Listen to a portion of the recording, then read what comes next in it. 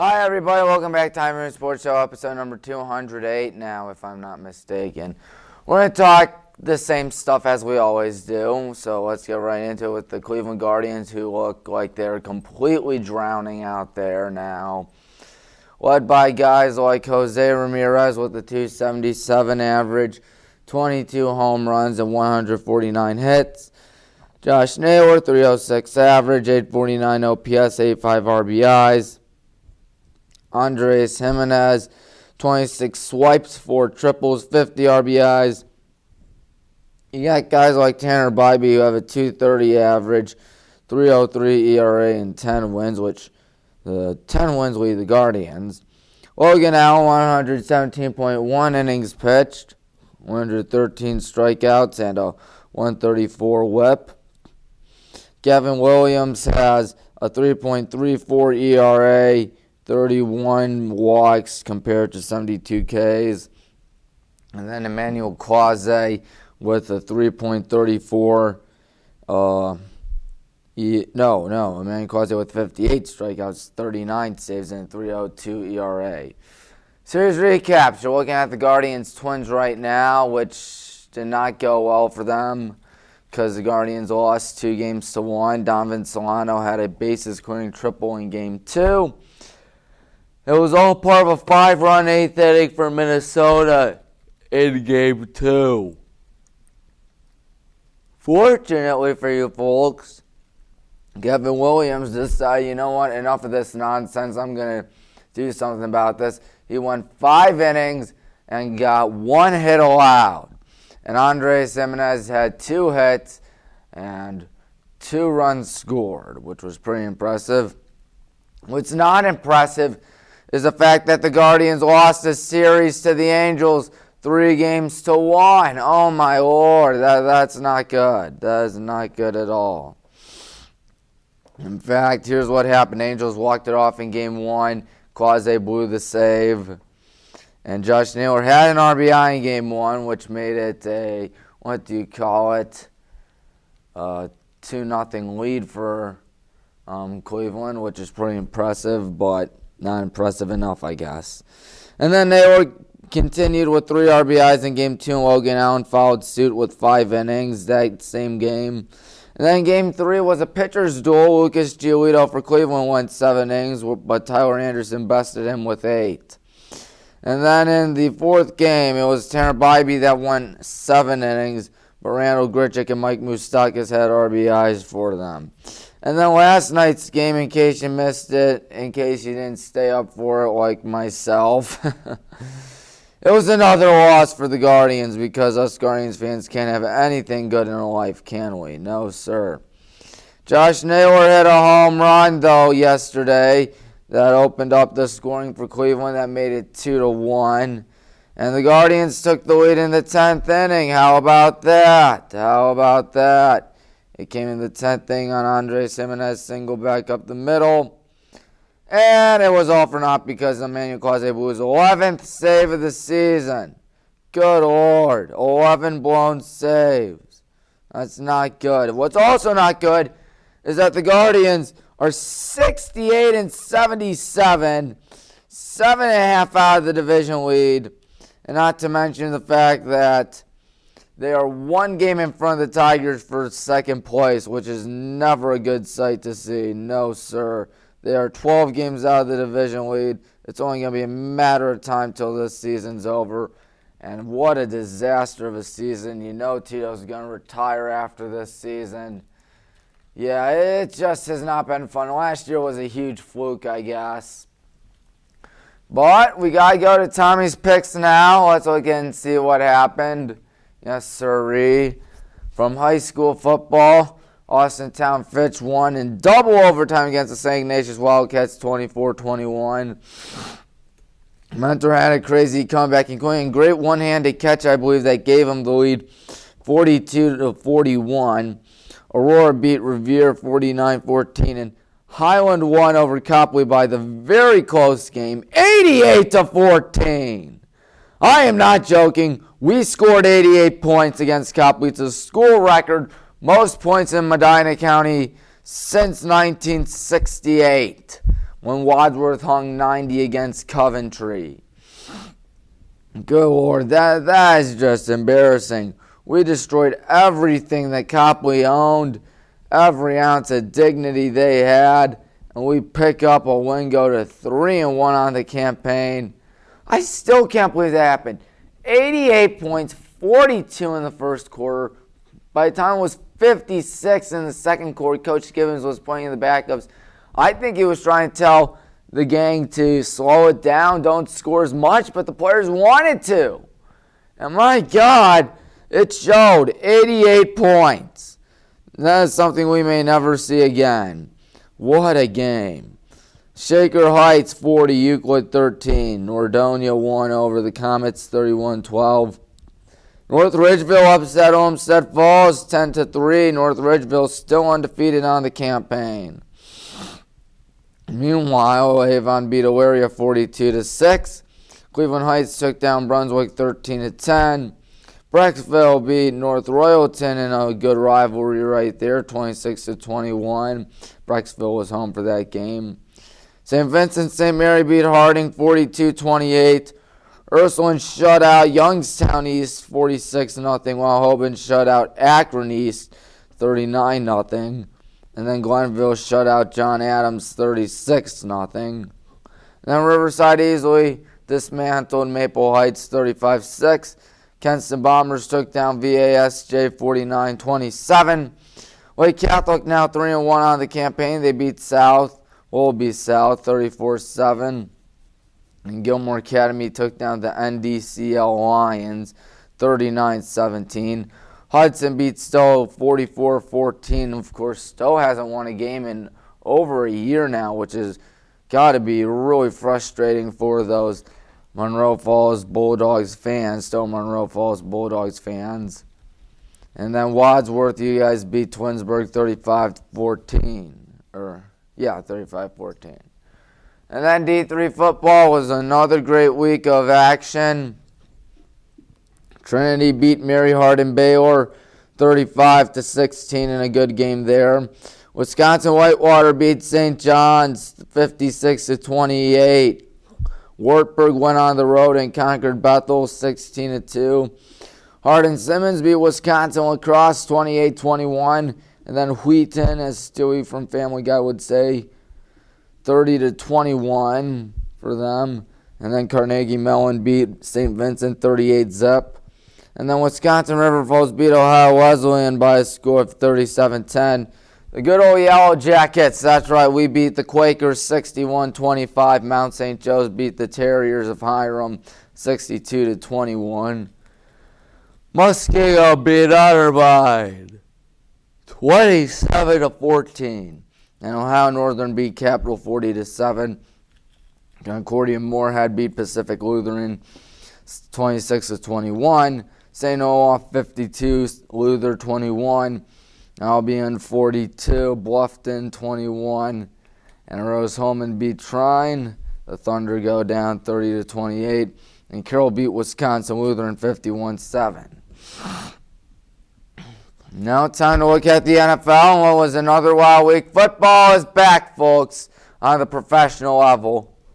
The Lions won because Kadarius Toney cannot catch. Can he? No, he can't. 21-20. He had a ball go right through his hands and right to a Lions defender who ran all the way into the end zone for a pick six. Ended up being the difference maker because the Lions won 21-20. Falcons took down the Panthers and spoiled Bryce Young's debut 24-10. Ravens continued to look sharp in week one by beating the Texans 25-9, but they lost J.K. Dobbins for the season. And how about those Cleveland Browns taking down Cincinnati? Oh my goodness. Joe Burrow needs to take a paternity test to find out, to see if the Cleveland Browns are really his father. I'm surprised Mayor Bibb did not publicly state that like the mayor of Cincinnati did to tell the Kansas City Chiefs to do, or Joe Burrow to take a paternity test to see if Mahomes to take a paternity test to see if Burrow was his father. I'm surprised that Joe Burrow has not taken it yet because he can't beat the Browns. Who would have thunk it? 24-3 win. Yes, sir. And the Jaguars beat the Colts 31-21. And the Buccaneers, Baker Mayfield, I think he's looking sharp again because he beat the Vikings 20-17. And the Saints beat the Titans 16-15. Of course, former Yellow Jacket Anthony Kendall had 3 tackles, 1 on a kickoff, so there is that. That's pretty impressive. He's been pretty good lately, hasn't he? He has been making a lot of noise, and I think he's here to stay, folks. 49ers easily take down the Steelers 30-7. Commies beat the Cardinals 20-16. Packers beat the Bears 38-20. Raiders over the Broncos 17-16. Of course, the Bears were my upset of the week. That obviously did not happen. It was another Free Willy winner, folks. They took down the Chargers 36-34. Tyreek Hill had a monster game. Let me pull up his stats from last week. He is currently the number 5 ranked player in Yahoo Fantasy. 11 catches, 215 yards, 2 touchdowns, all contributing to 50.5 points. My God, that's unbelievable. That really is unbelievable, if I ever admit so. It was quite a good thing to see. And you know what? I'm not complaining. And then after that, the Eagles beat the Patriots 25-20. They almost lost the game. Of course, came down to the wire, but ultimately they prevailed. The Rams beat the Seahawks 30-13. Cowboys shut out the Giants 40-0. And what would have been the most embarrassing thing to happen at MetLife Stadium this weekend. But the Bills are like, no. We're going to be the most embarrassing thing at MetLife Stadium this weekend. Because on Monday night, they lose to the Jets in overtime on a game-losing punt. And Aaron Rodgers, who after 4 plays tore his ACL, I think he's out for the season. That is not a good thing to see. My goodness, that is frustrating. A torn Achilles, actually. I apologize. Torn Achilles. He is out for the season. Poor Aaron Rodgers. That's got to stink, folks. Oh, man. Best wishes to him because that cannot be fun. And the Jets wasted so much money on one of the best quarterbacks the NFL has seen in a long time. Probably the last great quarterback of the quarterback golden age of Tom Brady, Drew Brees, Peyton Manning, Phillip Rivers, Eli Manning, Matt Ryan. Of course, Matt Ryan was broadcasting a game on CBS and heard the words 28-3, and I'm pretty sure he got flashbacks. High school football, 19 wins, 1 loss, 21 points. I'm now 64-16 with 71 points. D3 football went 10-6 with 11 points, putting me at a 22-12 record with 24 points after 2 weeks. Let's look. 1, 2, 3, 4, 5, 6, 7, 8. 8-8 in the NFL with 9 points. 1, 2, 3, 4, 5, 6, 7, 8. Yep, 8-8 with 9 points. So that wasn't good. What is good, however, will hopefully be my picks for this week. Yes, sir. Massillon Washington plays St. Ed's in a rematch of what was a great game last season. I got my money on the Tigers to win that. McKinley against Green, that will also be a good game. Division I powerhouse against a Division II powerhouse to start off the season. My money's going with the McKinley Bulldogs. Here's an upset for you. North Ridgeville will take down Avon by a final score of, I don't know what the final score will be, but they will beat Avon. I apologize for that. Olmsted Falls, my lock of the week against Winwhistle area. Olmsted Falls is 3-1 of the campaign. They will probably go to 4-1 after this game against the Pioneers. But as a Hornet fan, I'm rooting for Elyria to win. Medina against Brunswick. That's going to be a good game. I think Brunswick is finally going to pick up a win this week with a win over the Bees. Highland against Talmadge. It's homecoming for us. And why not take out even more anger against the Talmadge Blue Devils and decimate them? Barberton against Roosevelt. Picking Barberton. Wadsworth against Brecksville. That should be a good game, but Wadsworth has the home field advantage for that, so I'm picking Wadsworth. North Royalton hosts Nordonia. North Royalton off to a sluggish start this season. I think it's going to continue as they will lose to the Knights. Amherst Steel against Berea Mid-Park, picking Amherst. They have been off to a surprisingly good start, I will admit that. Cleveland Heights against Mentor. Cleveland Heights will win. Twinsburg against Hudson, picking the Explorers. Hoover will beat Glen Oak. Buckdale Benedictine. Those are two schools that have been struggling this season, but one of them is going to win.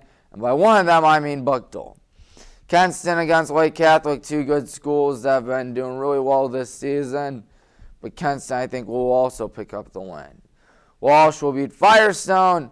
And a good rival, St. Ignatius hosting Archbishop Hoban. St. Ignatius not off to a good start. I don't think it's going to pick up anytime soon because Hoban's going to win. Solon against Mayfield, picking Mayfield. Riverside Boardman picking Riverside. And Roar against Copley. Oh boy, Copley, I don't think it could get worse for them. I don't think they're going to give up 88 points this week, but I don't think they're going to win either.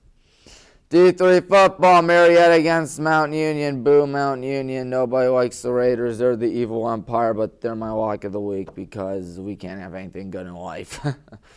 Mary Hardin Baylor 0-2 on the season. I think they might go 0-3 once they finish their game against Wisconsin Whitewater. Cortland against Susquehanna, picking Cortland. Here's an upset. Salisbury going to beat Johns Hopkins at home. And then for one of the biggest rivals in D3 football, that's right, the Cuyahoga Gold Bowl Trophy, the Yellow Jackets against the Blue Streaks. I want BW to win, but I am so nervous. I don't know if we got it or not. I mean, Coach Overt's never beaten John Carroll before, and John Carroll's nationally ranked, and we struggled to Mount St. Joe's. We didn't do bad against Mount St. Joe's, but I feel like John Carroll's going to be a little more tougher. The atmosphere there is going to be electric, but I don't know if it's going to be resulting in a win. I'm picking the Streaks. Please prove me wrong, Jackets. Alma against Anderson, picking Alma. Then there's Keystone against St. John Fisher. Got John Fisher winning that one. And then Albion playing Rose Holman, picking Albion. And then there's Light coming against Utica, picking Utica. Ferrum picking Ferrum over LaGrange. And DePaul will beat the Hiram College Terriers. Hope against the Mount St. Joe's Lions, picking Mount St. Joe's. Oberlin against Denison, I'm going with the Big Red. Kalamazoo against Defiance, picking Kalamazoo. Capital against Musking, I'm picking the Muskies. And then ONU against Heidelberg. Heidelberg might sneak in top 25 if we don't pay attention, and you never know what can happen. I think they will with a win over Ohio Northern. And then Ohio Wesleyan will beat the Fighting Scots of Worcester. The NFL time, Eagles against Vikings Thursday night. I got the Eagles. Falcons, Packers, picking the Falcons. Even though both teams won week one, I think the Falcons do have the upper edge. Bills against the Raiders. Honestly, considering how things went, I almost thought to myself, do I really think the Bills are going to win? I think they will, but it won't be the easiest and prettiest of wins, folks. Bengals against the Ravens, picking the Bengals. Lions, Seahawks. Seahawks might start off 0-2. They might start off on the wrong foot. They're playing a tough Lions team. I got Detroit. Texans against the Colts. Someone has to win that game, and by someone, I mean the Colts. And then here's a good game for you. Jaguars, Chiefs. The Chiefs cannot go to 0-2 start for the season. They are way too good to be 0-2. So I'm going with them. Buccaneers against the Bills. Baker Mayfield might go 2-0 on the season. I know, who would have thunk it? I am picking the Buccaneers. Titans against the Chargers, picking Chargers. They did a good job against the Dolphins, just the defense did not stand up. Cardinals against the Giants, good Lord. Cardinals lost to the Commies, but the Giants looked absolutely atrocious against the Cowboys, picking the Cardinals. Rams against the 49ers. The 49ers, I think, are going to continue rolling with another win. Lock of the week, folks, is right there. The Dallas Cowboys beating the New York Jets. I mean, the Jets are a good team, don't get me wrong. And they prove that they can beat a playoff team like the Bills, albeit an overrated playoff team like the Bills, with a backup quarterback. But then again, they're on their backup quarterback. So that's why I'm thinking the Cowboys are going to be a lock, and it's at home for Dallas. Broncos against the Commies. Commies might go to 2-0 on the season. And meanwhile, here we struggle against Chargers. Patriots did not against the Eagles. They almost beat the Eagles. Panthers against the Saints. That'll be Monday night. Picking the Panthers. And another Monday night game. As you can tell, folks, it is also the Steelers-Browns. Who else other than the Cleveland Browns, folks? Well, folks, I think that's all the time we have left for the Tommy Maroon Sports Show. In case you don't know about WHBW, let me tell you about your one-stop for all things Highland and Baldwin Wallace. Our goal is to get 500 subscribers by the end of the year. Can it happen? I really hope so. That would be really nice. We'll see if it does happen or does not happen. But please subscribe to us anyways. Anyways, folks, I'm Tommy Maroon, thanking you for watching. Have a great week. I'll see you around.